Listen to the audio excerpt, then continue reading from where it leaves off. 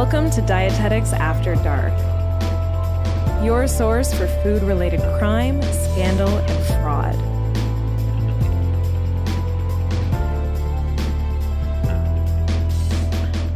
Hi, everyone. I'm Becca. And I'm Sarah. Becca, how are you doing today? Oh, I'm doing well. How are you? I'm good. It's early. I feel like my voice hasn't woken up yet. Let's just say I'm finishing my morning coffee still. Same here. Cheers. Cheers. So what did I ask you to research today? So I researched the history of the Subway sandwich franchise and some fun facts. Ooh, Can't wait to learn more about Subway. I love Subway. But before we dive in, I want everyone to know that all the citations, relevant links for anything mentioned in this episode will be in the description and also in our show notes at thenutritionjunkie.com. That's junkie with a Y. The information in this podcast is for entertainment and educational purposes only. If you're interested in medical nutrition therapy or personalized nutrition advice, please talk to a doctor or registered dietitian in your area. This podcast may contain coarse language, mature subject matter, and content of a violent or disturbing nature. Listener discretion is advised. So, Sarah, the first ever Subway opened in 1965 in Bridgeport, Connecticut. A 17-year-old boy by the name of Fred DeLuca partnered with a family friend. 17. Oh, a high school boy. Yep. So he partnered with a family friend named Peter Buck to open a sandwich shop to help pay for his college tuition. So Peter invested $1,000 into the business. So they ended up naming that first location Pete's Super Submarines. Their slogan was "Try one for Pete's sake," which is the cutest thing. Yeah, that's so cute. I'd try one. I would too. A slogan like that. They later renamed the location Subway after realizing that saying Pete's Submarines in radio advertisements sounded like they were saying Pizza Marines. So listeners were getting very confused. By 1974, Fred and Peter were operating 16 Subway shops in Connecticut, but they wanted to expand. So they, of course, began franchising the business. In 2019, they were the largest fast food restaurant in the world in terms of restaurant locations. And this means that they were larger than McDonald's and Starbucks. That is shocking. Isn't that wild? Feel like I would have thought McDonald's would have been number one. Yeah, but also Starbucks. Starbucks is everywhere, on every corner. Totally. I don't really think of Starbucks as fast food, though. Like, it's the coffee place. And then fast food-wise, I would have thought McDonald's would have been number one. Although one time I went to get a sandwich there and I asked for it without cheese and they said they couldn't do that. At Starbucks? At Starbucks. Because it comes frozen and they essentially heat it up for you and it already has cheese on it. Yeah, exactly. That's why I don't really, I don't think of it as a place I go for food. It's like coffee and they have snacks if you want it. For sure. But in terms of food, it seems like it's probably the fastest of food. I feel like even at McDonald's, they assemble their sandwiches. Yeah, for sure. No customization. No customization. When it comes to food, they can customize the crap out of your drinks. Yeah. Anyways, okay, so McDonald's does top the charts in terms of sales, though. So that's something to know, that Subway's the top in terms of location, but McDonald's is the top in terms of sale. So today, Subway has over 44,000 locations in 110 countries, and they employ around 300,000 people. So in terms of sub popularity, Sarah, can you take a guess at which sub you think is the most popular? The most popular sub? Mm-hmm. I feel like it would be a weird one like meatball, but my heart is saying it's cold cut. Not quite. Not quite. The most popular sub's actually the BMT, which I guess might have some cold cuts on it. I've never even heard of the BMT. I hadn't either. And bacon. What I did not know mayo. It stands for biggest, meatiest, tastiest. Isn't that weird? That makes it sound kind of gross to me. Yeah. Here I thought it was more of like a BLT, but with mayo instead of lettuce. So the BMT, it's just a sandwich with a lot of meat on it. And then there's a couple other ones. There's the tuna, the Subway Club, and of course, the meatball marinara. So you were right there. I'm surprised tuna ranks so high. I know, but I guess maybe around the globe, it's one that everybody can rely on. Yeah, Old Faithful. That's true. That's a really good point. Okay, so it's estimated that every single minute, Subway serves 2,800 subs.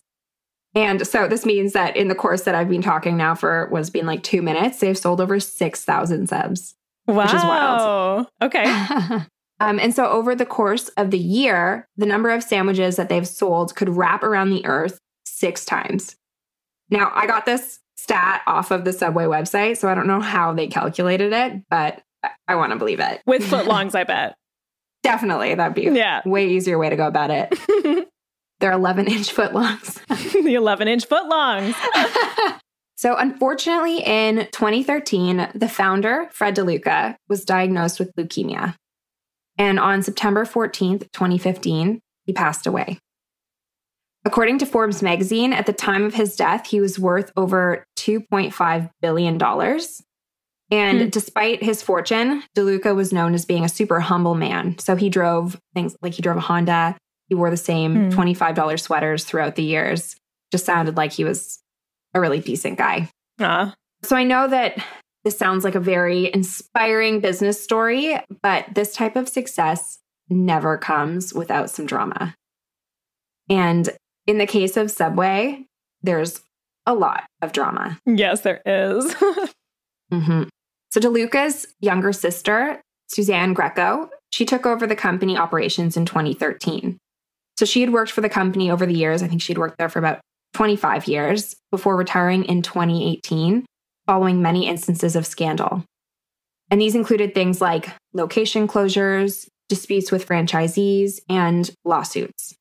So I'm going to mention a couple of these stories now before you go deep into the research, Sarah. Okay.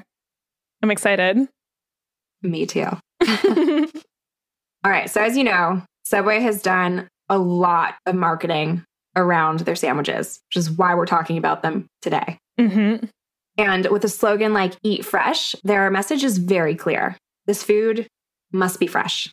Totally. So they've been branding themselves as the healthy choice over other fast food chains for decades. And as you might remember, in the year 2000, they hired a spokesman by the name of Jared Fogle, who helped to promote the brand. How could we forget? How could you forget? The Subway Jared. I know.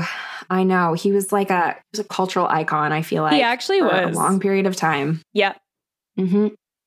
So his claim to fame was that he lost 200 pounds while eating Subway sandwiches twice a day. He was in numerous ads up until 2015, where he either discussed his weight loss, he posed next to an old pair of pants, or he compared the nutrients in different fast food sandwiches with the sandwiches sold at Subway. I definitely remember those, like the image of him holding those pants that he used to wear. I remember that so clearly. It must have been big when I was in high school or something, maybe elementary school, but yeah, because it was like, wow, you can eat this fast food and lose weight. Totally. It was kind of, I feel like it was the first place that had ever marketed themselves that way. Definitely the first fast food place. For sure. So, unfortunately, in 2015, Jared was charged and sentenced to 15 years in prison for child pornography and engaging in sexual conduct with a minor. Yeah. And I said unfortunately, but it's actually very fortunate that he was put in prison for this. Yes. I mean, it's unfortunate that he did it. It's unfortunate that he did it, but thank goodness he's in prison. Thank goodness. So naturally, being associated with a man who has committed one of the worst crimes out there, Subway experienced a lot of backlash from this. Even more so when Jared's ex-wife, Kathleen McLaughlin, filed a lawsuit in Indiana against Subway. So she claimed that Subway had knowledge about Jared's sexual interests as early as the year 2004. Ugh. I should make note here that in 2017, the case was dismissed and the judge cited that there was a lack of personal jurisdiction in the case. So it was argued that the case could not take place in Indiana since the company nor the conduct took place there. Okay. So that sums up that scandal. I just wanted to give you a little bit of a Sparks notes to it. A teaser scandal before the other scandals. So many scandals. There's just so much to cover on this topic. There really is with poor Subway. I know. I do feel bad for them a little bit. Me too. So one other major scandal, and you might remember this one as well, Sarah. This is the scandal of the footlong. Yeah, I love this one. Yeah, this one's a bit funny. It's a little bit lighter. In 2013, an Australian teen posted an image to his social media channels of a footlong sub sandwich laying next to a measuring tape. So the controversy sparked when the sandwich only met the 11-inch mark on the measuring tape, leading consumers to believe that they were being scammed of an inch of their bread and toppings, which that adds up. If you're eating Subway twice a day, that's 2 inches a day of sub. 2 inches a day. And I would argue that's between 4 and 6 bites. Yeah. Depending on the size of your mouth. Depending on the size of your mouth, 2 to 3 bites per inch lost. Yes. That's significant. It is. It is. So this post, it went viral and it led to a class action lawsuit against Subway. And in 2016, the two sides settled and Subway agreed to pay the plaintiffs $525,000 in legal fees, in addition to $500 apiece to the plaintiffs. And I think that $500 was just to like make up for the inches of subs that they missed out on. Really? Yeah. When I was looking through it, I think they had to report how many times they'd eaten at Subway over the years. I don't know if they needed proof for that, but I'm assuming that just makes up for all the inches. Oh my gosh. I wonder if they felt that it was worth it at the end of all the lawsuit. $500. I didn't look to see how long this case went for, but the Australian teen posted it in 2013, the image, and they settled in 2016. So it could have been a bit of time 3 years. In there. Yeah. Yeah. I don't know if they started the lawsuit right then and there. Something to look into. However, the class appealed after a man by the name of Ted Frank joined their team. So Frank is the director of the Competitive Enterprise Institute's Center for Class Action Fairness.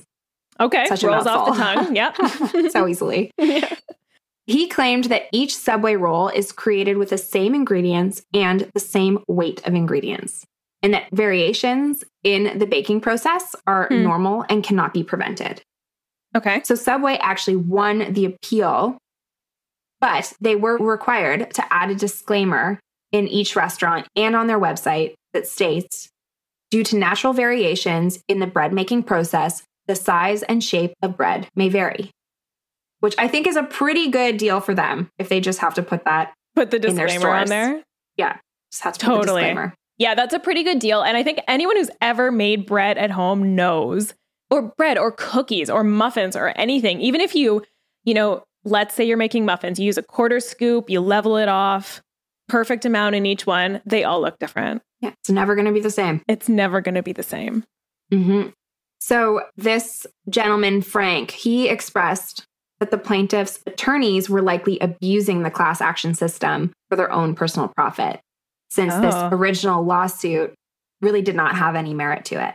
Isn't that interesting? Ooh. So the lawyers were abusing the system just to get those significant legal fees? That's what this guy, Frank, is saying. Interesting. Okay. Yeah, that is interesting. But that sums up the brief history and some, I guess, fun facts, not so fun facts about Subway. Scandals. Yes, fun and not so fun, that's for sure. Okay, cool. That was really interesting. I learned a lot about Subway, a lot of surprising things about Subway. I didn't know that there was the biggest, meatiest, tastiest sandwich. I didn't know that it had the most locations. So good to know. So, okay, personally, I want to start off. I have really fond memories of Subway. They fed me probably 40% of my meals in first year university. And during my high school years, I actually worked at Dairy Queen, and I was right by a Subway, and one of my really good friends worked there. So we'd call each other and trade blizzards for subs. So we'd get dinner, we'd get dessert, and it was just the best. So Subway holds a special place in my heart. But as Becca just told us, it's also been in the spotlight for quite a few scandals over the past decade. So when I say that, Becca, do any immediately come to mind other than the ones that you mentioned? Scandals? Yeah. Yeah, I feel like Subway is, like every year I feel like Subway's in the news for something or other. I do. There was that, was it like the yoga mat? Oh yeah, we're going to go there. Oh yeah? So we're going to go there today. Amazing. And you're right. I do feel that Subway is in the news frequently. Okay. And I have a theory and I want to float it by you so you can sort of, keep it in your back pocket, see how it feels as we move throughout this story. All right. I think Subway has received more food-related public backlash than any other fast food company, even though they are not alone in these quote-unquote misdemeanors. But I think Subway gets all of the heat because of their Eat Fresh branding that you told us about earlier. It's green. You can apparently lose weight on it. It's been marketed as this healthy, fresh alternative to fast food. And that kind of shoots them in the foot a little bit when it comes to scandals. No, for sure. I think you're bang on with that one. Like, you think of other fast food chains and they don't get nearly as much heat. Even though, isn't it McDonald's, like all of their pickles are dehydrated? There's just like some weird stuff that you hear about them. But because they're not claiming that they're fresh, they're not getting exactly the heat for it. No one's expecting fresh food from McDonald's. So when they find out it's not fresh, they're like, yeah, duh. But when Subway, if you've been eating Subway every day for lunch and you're doing that because you want to be making a healthier choice, and then someone tells you, hey, you're actually eating a yoga mat, you might not be so pleased. Sounds pretty healthy to me. Yeah. Isn't yoga good for you? But we know, Becca, from our nutrition education, and I think more people are starting to know this as well, that it's important to take a step back when you hear new or shocking nutrition information and do your research and ask yourself, is this scandal worth the hype? Or is it creating unnecessary fear around food? Because sometimes that fear can be just as detrimental as a quote unquote bad ingredient in and of itself. Like Becca said, Subway's PR troubles took a dark turn in 2015 when their spokesperson was charged with pedophilia. But 1 year before that, in 2014, there was the great yoga mat bread controversy. So you already said that you kind of remember this. And I remember it too. And this was before I had nutrition education. So really what I probably did was just read a headline, not really read the article, and just sort of be like, oh, that doesn't sound good. Like when I think yoga mat, I think feet, and that near my bread, the whole thing is just a bad visual. And I feel like it really stuck in my mind. Definitely. Okay, so I want to preface this story by saying it is totally okay to question what is in your food, but it's equally important to question the legitimacy of those concerns. So in 2014, food blogger Vani Hari, who runs the Food Babe blog, started an online petition raising questions about the safety of a commonly used food additive called azodicarbonamide, aka ADA. And I'll probably call it ADA throughout the rest of the story because that's a little bit easier than azodicarbonamide. Yeah, that's a big word. I know. I even practiced it. Okay, so first I want to spend a little bit of time talking about the founder of Food Babe, Vani Hari. I can't stress this enough. I am all for encouraging consumers to make informed choices, but she does use questionable tactics. So if you visit her site, I don't know if you've done this before, but if you visit her site, you see someone who's advocating for people to be conscious consumers, to consume less processed foods, and she's also promoting her own brand of quote unquote natural products. Red flag right away. Yeah, it's called True Vani. Okay, so however, she uses pseudoscience laced with tons of personal bias, misinformation, and fear-mongering language. And to me, this is very clear when I visit her website. So she does not have any scientific or nutrition or toxicology related qualifications listed on her website. And from my research, it looks like her background is primarily in finance. Oh, interesting. Yeah. And okay, so I have an image here. Are you in the doc? Yeah. Page 2, bottom page 2. So this is an image. It's a before and after picture of Vani. And so it's the then and now, actually, not before and after. So in the then picture, she's in a slightly larger body. Her eyes are sort of shut, like the picture was snapped while she's laughing. It's clearly not a professional photo. It's just a group photo with friends. And she has little pictures of fast food underneath, which sort of implies that's what she was eating at the time. And then her now picture is a beautiful professional photo. She's glowing. She's wearing red. Her eyes are open. She's looking at the camera. She's smiling. And she has pictures of fruit underneath, which implies now maybe she's eating more fruit or more whole foods overall. Mm-hmm. So what do we know about before and afters? They don't always paint the whole picture. They don't. They definitely don't. And I feel like she has on her jewel tones in that after photo. She has like a beautiful, like peach colored backdrop. And in the first photo, it just looks like she's having a really good time with friends. There's even somebody that's kind of, it looks like blurred out that's next to her. So I don't think that that's a fair representation of who she was a couple years ago versus who she is now. She looks beautiful in both.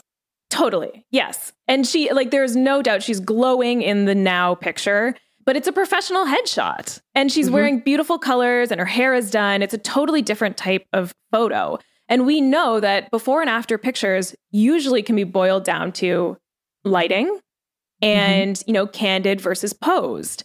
So I think if I wanted to, I know if I wanted to, in this exact room, I could take a picture that looks like a before and take a picture that looks like an after, just based on my pose, based on the lighting, based on what I'm wearing. So on this Zoom, you look like the after. Oh, thanks. Glowing.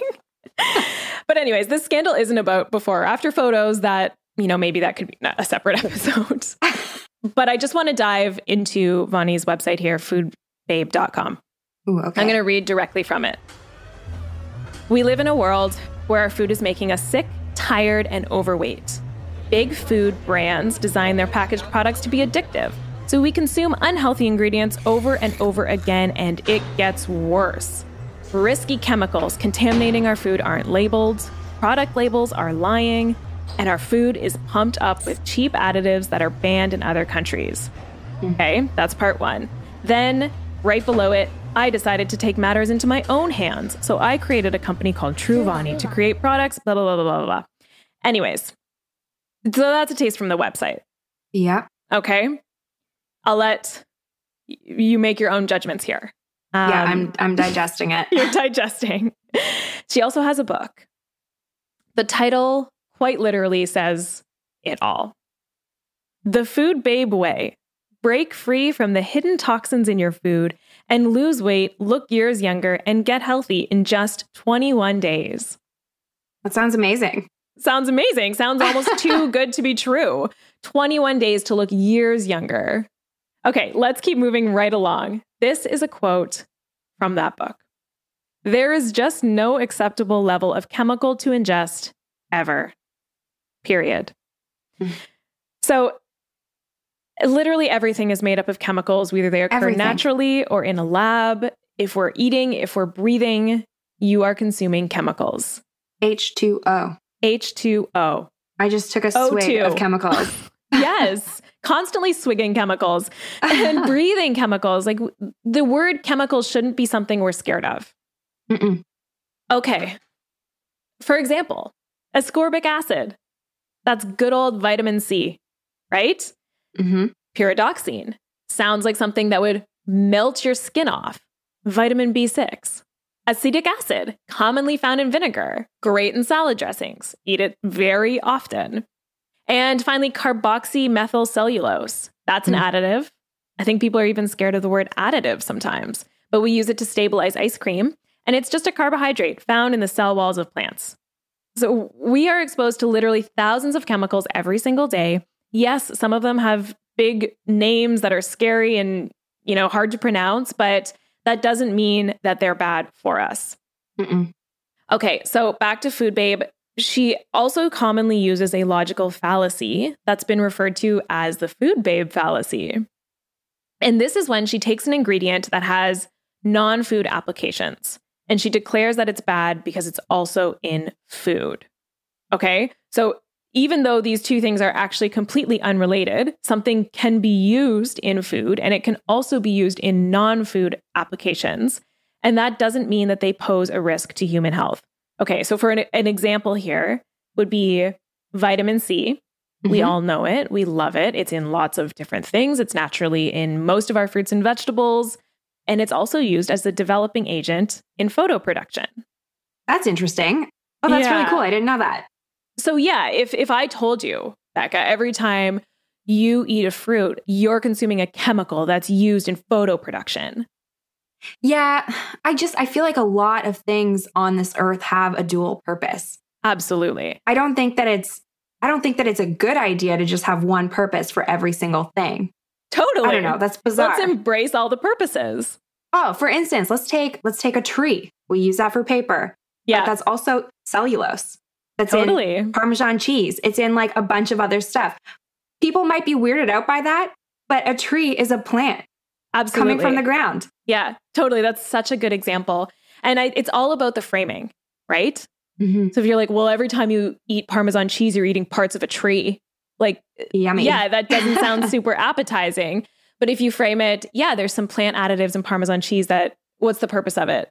More stabilizing, you know? I think it's a texture. Texture. Anyways. No. Future editing Becca here with a quick fact check. So wood pulp or cellulose is added to shredded Parmesan cheese as an anti-caking agent.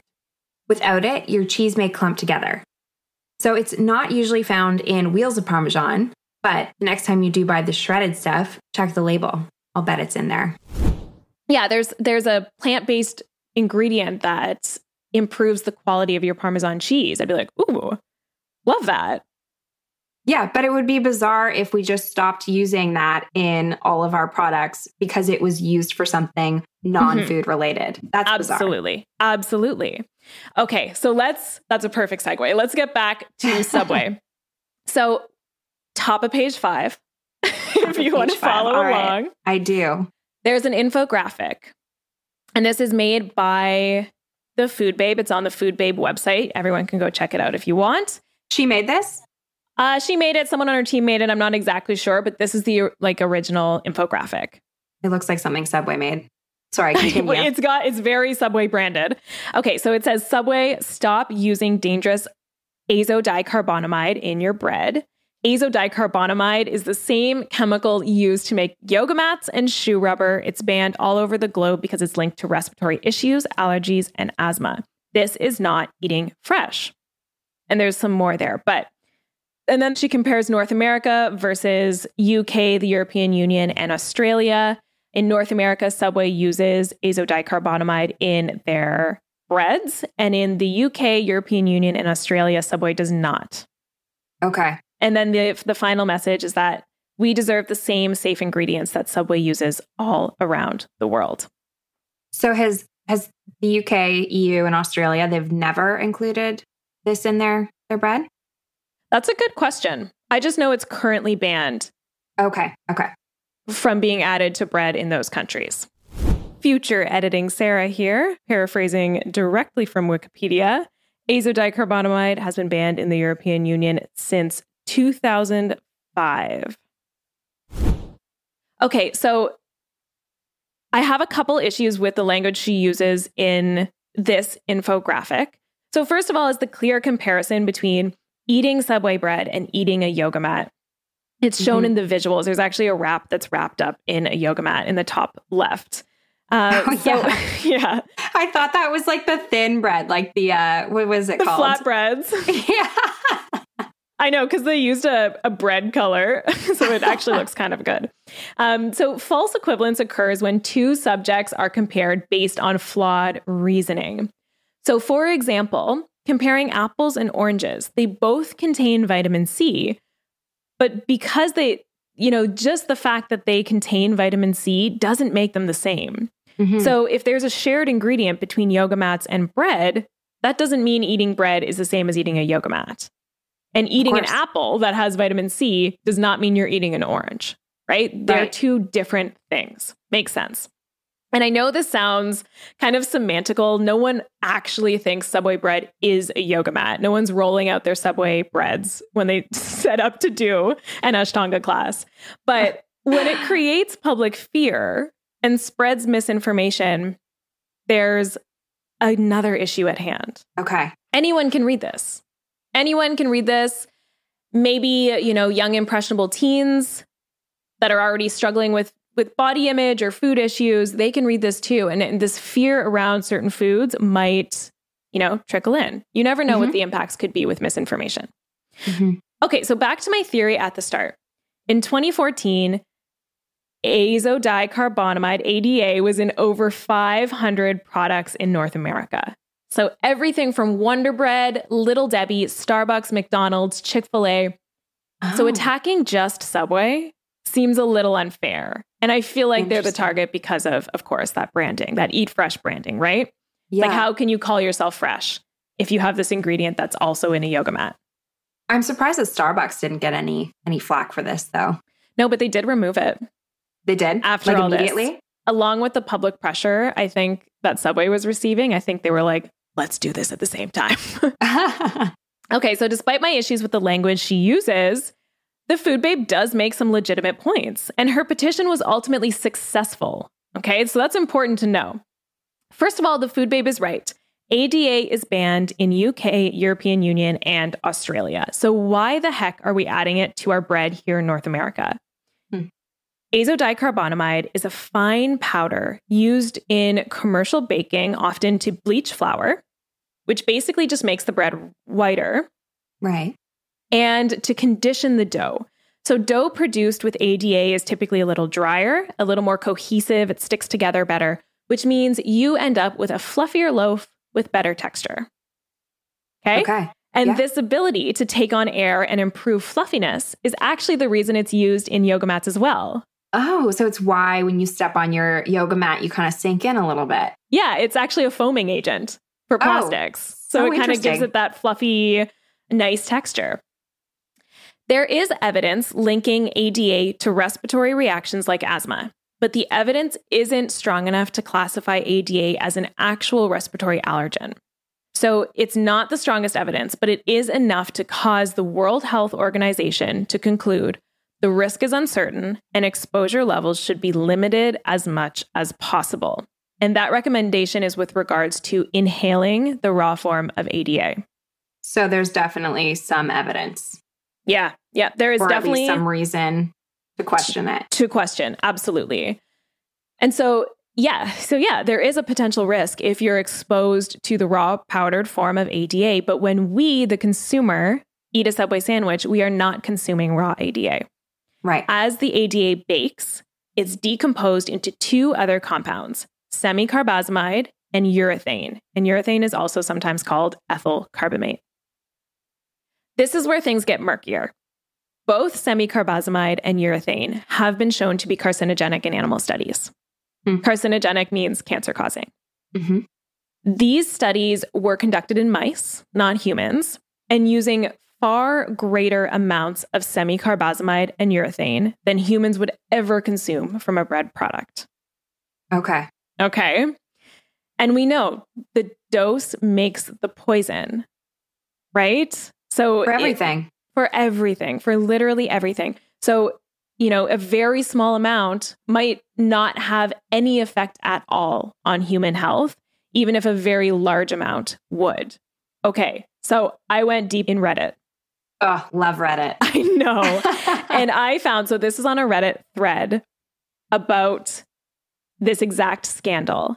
And it's by a user called U/P4GS. So take this with a grain of salt. This is a Reddit thread, but the person who wrote this whole post cited all their sources and it was really well written. So I was like, this person knows what's up. Oh. Okay. So they calculated in order for an average human weighing 136 pounds or 62 kilograms to experience any of the side effects from semicarbazamide exposure in bread, they would have to eat anywhere from 10,000 to 27,000 pounds of that bread, such as Subway bread, over a 28-day period, which would never happen. Wow, that's a lot. So a 136-pound person would have to eat minimum, was it 10,000 pounds? Yes. 10,000 pounds of bread. Over a period of less than a month. That's a lot of bread. To have any negative side effects. Based on, and this is someone on a Reddit thread who was looking into the animal studies and calculating what it would take to have these effects in humans. Oh, so did they source out to this animal study that you mentioned? Yeah, they did. Yeah. Okay. Oh, that's really interesting. Yes. So these poor animals, rodents, I'm assuming. Mice. So sad. Yeah, it was mice. But it just shows the dose really does make the poison. You know, that's an astronomical amount of Subway bread to have in a short amount of time to experience any of these side effects. And most of us aren't even eating Subway on a daily basis. Of course. And that also goes with everything. If you overeat anything, you might reach a level of toxicity. Yeah, even fatal. Water. Even water. Even water. Okay, so the FDA, the Food and Drug Administration in the United States, has classified azodicarbonamide as generally recognized as safe, or GRAS. Because the amount of ADA used in bread production is minuscule, so we're talking 45 parts per million in flour, tiny, tiny, tiny amounts, and very likely far too small to cause any impact on human health. Okay, so now we know there isn't a lot of evidence to say that ADA or semicarbazamide are harmful to humans at the levels found in bread. But these claims aren't completely unfounded, right? So animal studies are usually the first step in establishing these mechanistic links. So is this something we really want in our food system? So Becca, at this point, I want to know what your gut feeling is about having azodicarbonamide in our food system, in the breads. So I feel like I would want to look into it a little bit more, but if it is something that we can take out or replace with something else that maybe doesn't have these types of results in animals or humans, that might be the way to go. Totally. Yep. And you're not alone in thinking that way. So scientist Lisa Lefferts specializes in food additives at the Center for Science in the Public Interest.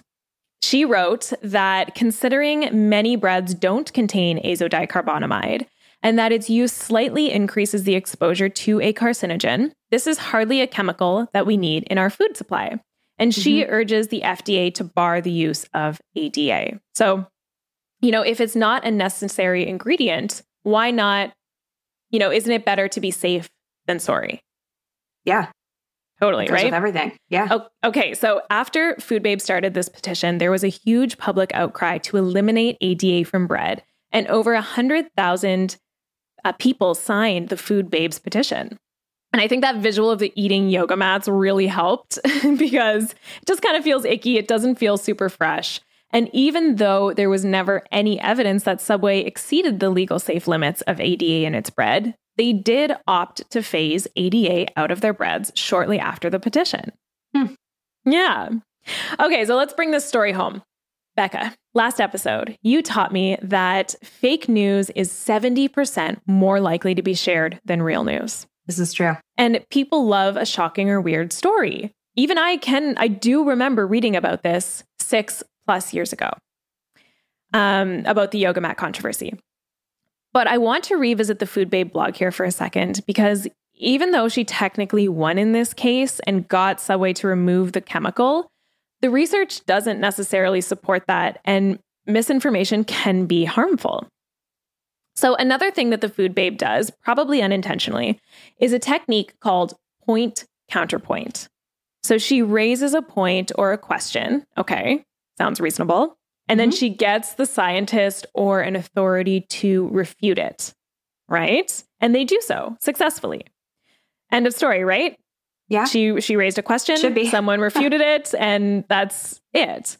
But what this actually does is create a false disagreement in the public's mind. So it creates the illusion that there's a debate or uncertainty about these ingredients where there actually isn't.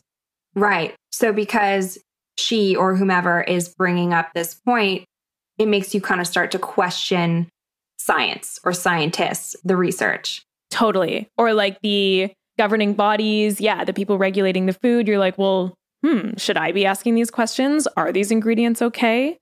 When really there's no reason to not. Exactly.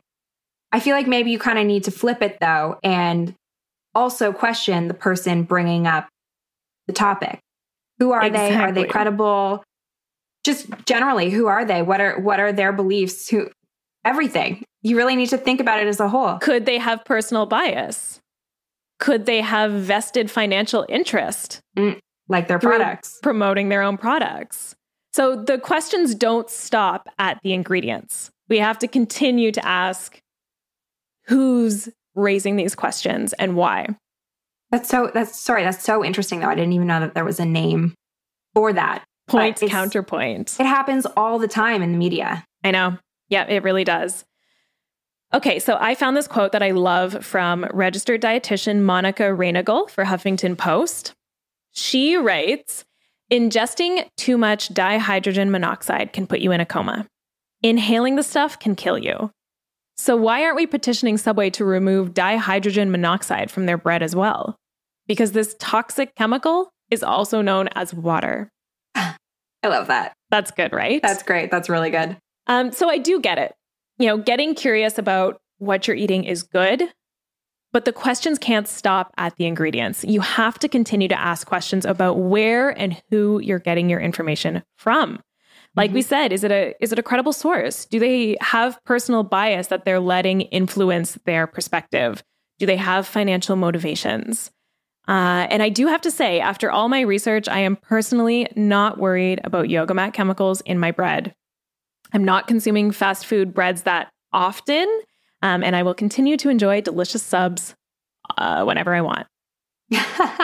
What about you, though? Like, how do you feel about all that? What's your gut feeling about potentially yoga mat chemicals? Well, I mean, I feel like now that you've kind of given me most of the picture, I don't feel that terrible about it because there's definitely other things in many of the other products that we consume that are likely not similar, but they might have similar effects or detrimental effects in large quantities. So I don't think that we should just be focusing on necessarily one ingredient. I mean, it's great that they took it out, and I'll also continue to enjoy Subway.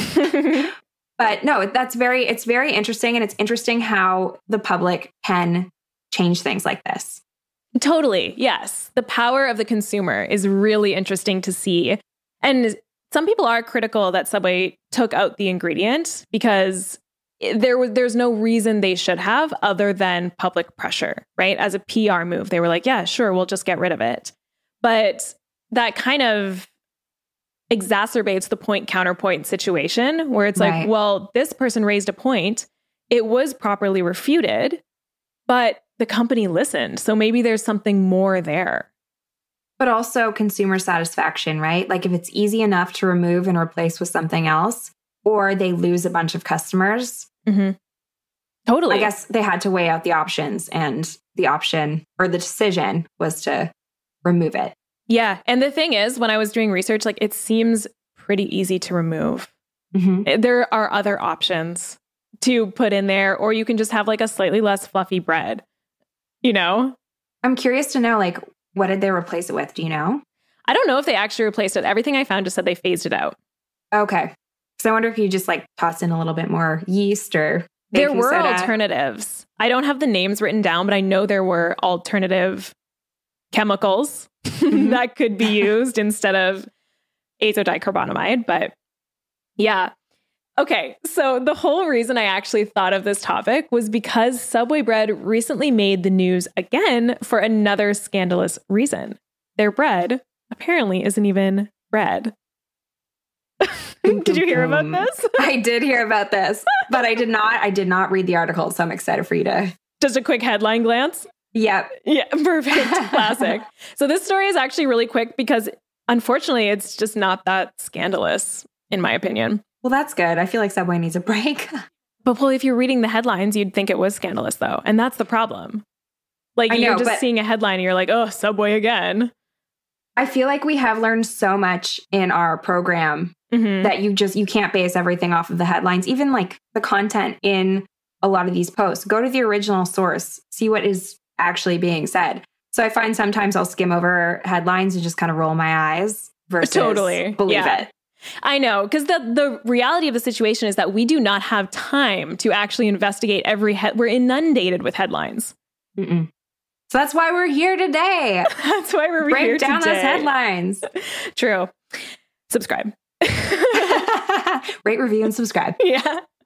Also, we should have said this at the top. This is not sponsored by Subway or anyone. No. We might want to add that in. Yeah. This is just our thorough research into the subject on a subject that we found really interesting. Although I don't know if Subway would want us to air out their dirty laundry. Yeah, I know. We'll sponsor you to discuss every scandal. That would never happen. Okay. So on September 29th, 2020, the Supreme Court in Ireland ruled that Subway bread, all 6 flavors, so Italian white bread, Italian herbs and cheese, 9-grain wheat, hearty Italian, 9-grain multi-seed, and my fave, honey oat, have too much sugar to be legally considered bread. It looks like bread, it tastes like bread, but it is not bread enough to meet the legal definitions of bread outlined for the value-added tax. Okay. Interesting. Yeah. So I researched value-added tax, and it's basically a goods and services tax that's based on the product. So flour and egg-based bakery products like bread can qualify for a 0 rate or 0% tax rate if they meet the guidelines. So for most products in Ireland, they'll pay about 13.5%. Subway was originally paying a reduced 9.2% rate, and they went to the court to try to get it down to 0%. Oh, so they brought this to the court? Yeah, they brought it to the court. Oh, okay. Kind of backfired, eh? Yeah, no kidding. Yeah. So the law states that bread must be composed of exclusively flour, yeast or another leavening agent, and fat or sugar not exceeding 2% of the weight. So the flour. Sugar has to be less than 2% of the flour. Of the weight of flour. Okay. Yes. Subway bread had 10% sugar compared to the weight of flour. So significantly higher. Mm-hmm. It clearly exceeds the max sugar content in order to be considered bread. That's really not debatable. So it makes me question why they even brought this to the courts. Somebody didn't do their research. Yeah. The thing is that a lot of loaves that we would think of as bread actually wouldn't qualify for the value-added tax. So garlic bread, onion bread, cheese bread, fennel bread, they usually don't qualify already. Okay? Okay. Like, I wonder about the bread that we have in our own home. I know. I feel like... Okay, let's continue. I'll get there in a second. Okay. So 10% sugar sounds like a lot. But have you ever heard the riddle, what weighs more, a pound of lead or a pound of feathers? Yes, I have heard that. Okay, so they weigh the same, right? They weigh the same, yeah. The quantities are vastly different because feathers are super light and lead is super heavy. So a pound of lead might fit into the palm of your hand. A pound of feathers might take up an entire football field. Okay?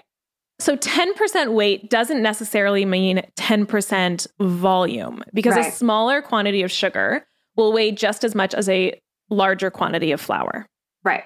The difference isn't as extreme, of course, as feathers and lead, but flour is a little bit lighter. Mm-hmm. Okay, so just keep that in mind. It doesn't mean it's a 10% sugar loaf. So the Toronto Sun reported that a 6-inch white roll of Subway bread contains 5 grams of sugar. Considering that the toppings in a Subway sandwich usually aren't very sweet, we're talking just vegetables, cheese, meats. This isn't a very high sugar lunch, and it's certainly nothing to be super freaked out about. So 5 grams of sugar in a 6-inch sub. Right. That actually does not seem like that much. It's not shocking. No. It's just not that scandalous. In terms of household breads, I just think that the lawmakers don't want to make it super easy for people to qualify for this tax, right? So we're talking commercially produced breads. They probably set the 2% sugar by weight limit quite low so that it's more challenging for people to actually qualify and pay 0% because they want people to pay taxes, right? So if we're thinking about the breads in our own home, if you're making a pretty standard loaf, you're usually not adding that much sugar. No. So I would say probably is less than 2%. Okay. And I mean, in terms of the tax too, right? They want to incentivize people to use less sugar, things like sugar, which makes sense. So if they raise that amount, then not only are they going to make less money, but all the bread is going to be able to have more sugar in order for them to qualify for that tax break. Yes. So I looked up Dempster's whole wheat, just like classic whole wheat bread, and it was 1 gram of sugar per slice. Right. And I feel like a Subway roll or bun or whatever you call them, I feel like that would be more than 2 slices of bread, like in a 6-inch sub. I feel like that would probably be like 3, I agree. maybe 4 if you mix that together. Totally. You grind it up and put it in the shape of a Subway sandwich roll. Yeah. 3 to 4. I would say so. So then you're looking at 3 to 4 grams of sugar, not so far off from the 5 grams of sugar in a 6-inch roll. No. Okay. So basically, this whole thing is just to say it's actually not that scandalous. So I want to read you some of the headlines that I found about this Subway bread scandal. Amazing. Subway bread is deemed to be cake. Straightforward. Just straight up. First of all, it's not deemed to be cake. That's just not true. That was never found in like the definition of like what bread is. No. Because it has all the components, right? It just has a little bit more sugar. That's the issue. And I say that with air quotes. Okay, so there are cake guidelines, and this has come to the courts before. Okay, so there was, in 1991, there was a legal case about Jaffa cakes. Okay, so it's called a Jaffa cake. So it is a cake, and it's been legally ruled to be cake, but they look like a biscuit. They look like a cookie. They almost look like a shortbread cookie with just a thin chocolate layer over top, and then they have orange jelly in the middle. Sounds kind of gross. Doesn't it sound gross? But apparently they're a big deal. Apparently they're really delicious. People have like wedding cakes modeled after these Jaffa cakes. Oh, yeah? Yeah. I was doing some serious research. And this went to court in 1991, and the judge decided to rule that they were actually cakes because cakes are in the name, and it was based on the moisture content and ingredients, which were that of a traditional sponge cake. So eggs, flour, and sugar. So they wanted to be called cakes. They wanted to be called cakes because cakes qualify for the 0% value-added tax, and biscuits did not. Oh.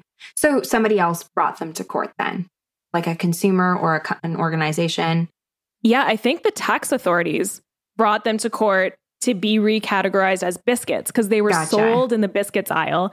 They're in a little tube that looks like biscuits, but they've always said that they were cakes. It's cakes in the name, and they have the moisture content and the ingredients of a sponge cake. Okay. And the judge ruled in their really favor. Interesting. Yeah. So this has happened before. But based on that case, Subway is not deemed to be cake.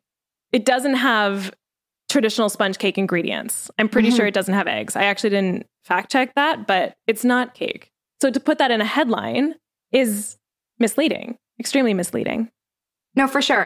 And like to bring it back to other products and whatnot, we've mentioned this before, but things like ice cream, if it doesn't have, I think it's a certain milk content or milk fat content to it, it has to be called frozen dessert. Right. Legally. Yep. And plant-based beverages. So plant-based milk with a Y beverages. Yeah. Can't be called milk with an I because it's not a dairy product. Yeah, it's really interesting. So it has to be truthful to not mislead the consumer. And a headline like Subway bread is deemed to be cake is just false. And it's unfortunate that like brands can't mislabel their products, but the media can, and they can get away with it. Yeah. That to me that's criminal. Yeah, I agree. Okay, here's another one. Subway bread, if you can call it that. It's just like an eye roll in a headline. So snarky. Yeah, so snarky. And then another one was, is Subway bread actually a pastry? Question mark. So if you are inundated with news, which, I think everyone is, and you're just skimming these headlines, you're going to get the wrong impression. Right. Okay, so I also visited Twitter and I searched hashtag Subway bread. Here's some good ones. At Pizagno, so Pizagno, tweeted, funny that it took hashtag Subway bread to show people that big corporations poison our food and hide it from the population. And it isn't just Subway.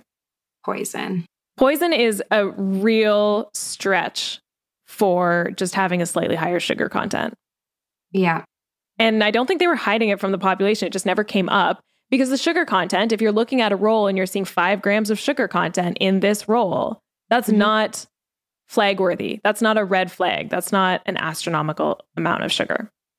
Also in Canada, if you're a chain restaurant, and I think if you have more than, I think it's 10 locations, fact check, it's 20 locations. You have to have the information available to consumers as to what's in each product.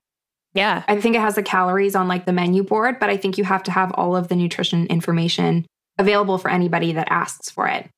That's true. That information is out there. It's not hidden. And it has been out there for a while. Yeah. Huh. Interesting.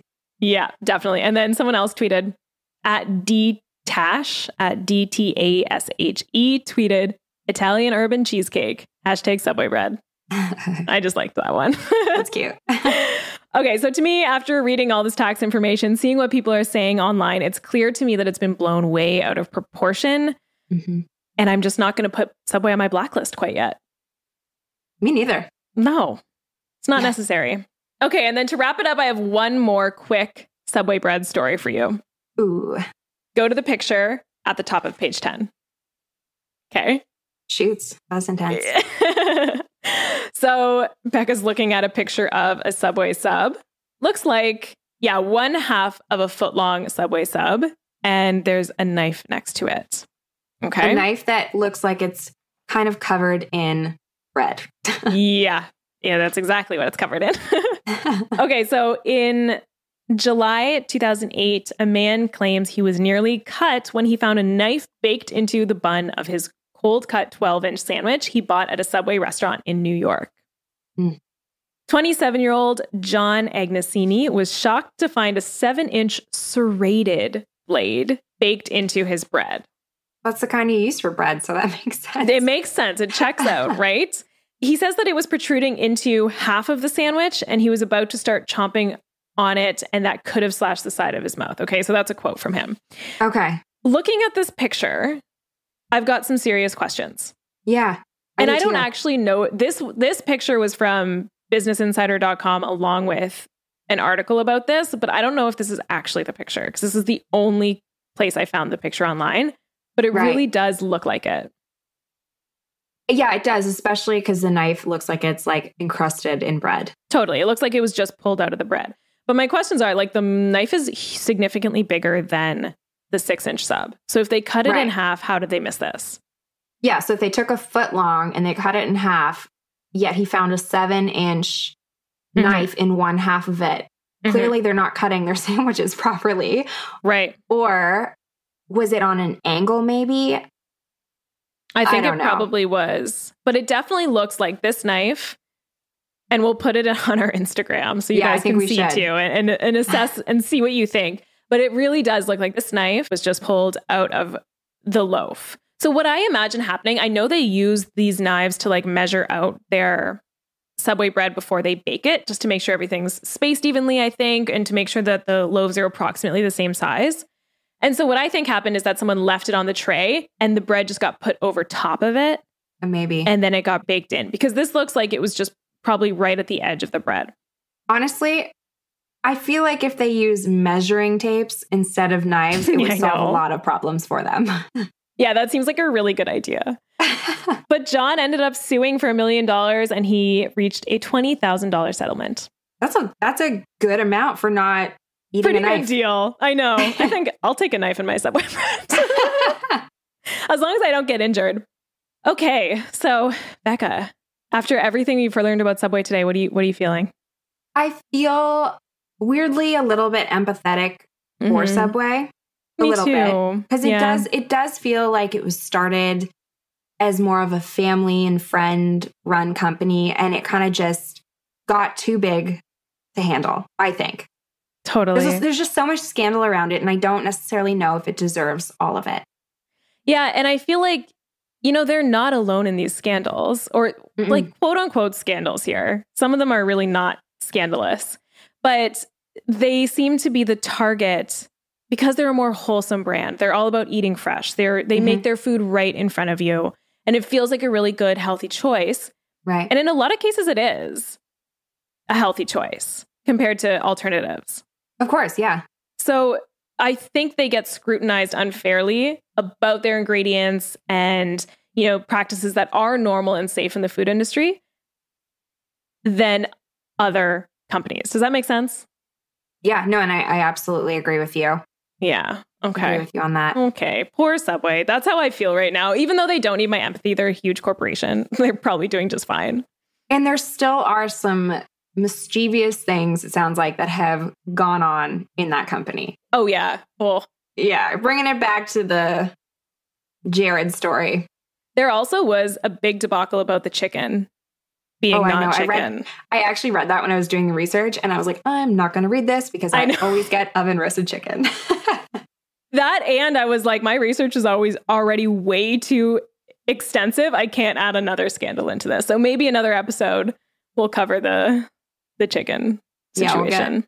We'll get deep into the chicken there. Oh God. Yeah. So that was great, Sarah. Really informative stuff. I really loved learning about that. I read those headlines, I skim over them. Sometimes I'll read the article, but it's really great to kind of hear the truth behind those headlines and kind of what's really going on in these corporations. And I think it's important for everybody to know.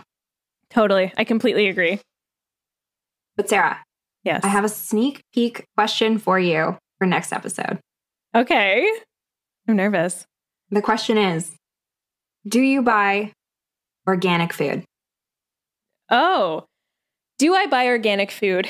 Well, so no, but I feel like there's a bunch of caveats here. Mm-hmm. I wouldn't avoid buying organic food, but I don't actively seek it out at this point in my life. Does that make sense? It's significantly more expensive. I think you can have a totally well-rounded, healthy diet without buying everything organic. But that being said, if there's two products side by side and they're similarly priced and one's organic and one's not, I might pick up the organic. For sure. And I'm the same way. I don't seek it out. I don't buy organic produce, period. I don't even think I rarely look at the organic section. Yeah. Because I know that it's generally... It looks sad if you do. So if you see an organic bunch of kale next to a regular or like a conventionally produced bunch of kale, it's like, and the organic one is more expensive than this massive, like robust bunch of kale, conventionally produced kale. I mean, it's really hard to choose the organic after seeing that. Of course. And one area that I feel like I am a little bit, and I don't know if I'm manipulated by the labeling or not, but when I am looking at more so like packaged products and I see an organic label on something, that does convince me a little bit more. And I don't know what it is. Maybe it's just because the label's right there when I'm deciding on things. But yeah, I don't want to get too into it, but that's your sneak peek for next episode. That is a loaded topic. I'm excited to learn more. Me too. Okay, everyone, thank you so much for tuning in. That was such a good chat about Subway. I learned a lot. Becca, did you learn a lot? I learned tons. It was great. So great to learn about Subway, all the things in the media. Yeah, that's it for this week's episode. We'll talk to you again on November 23rd. November 23rd, episode 3, something to do with organics. I can't wait. Bye. Thanks for listening to this episode of Dietetics After Dark. You can find all the references and materials used to put this podcast together in our show notes at thenutritionjunkie.com/dieteticsafterdark. This is an independently produced podcast. If you enjoyed this episode, we would love it if you would rate, review, and subscribe to our show. For more information, follow us on Instagram at dieteticsafterdark. If you have an idea for an episode or segment, email us at dieteticsafterdark@gmail.com. This podcast was recorded and edited by Earworm Radio. We highly recommend their services for all of your podcasting needs. You can learn more about Earworm Radio at earwormradio.com.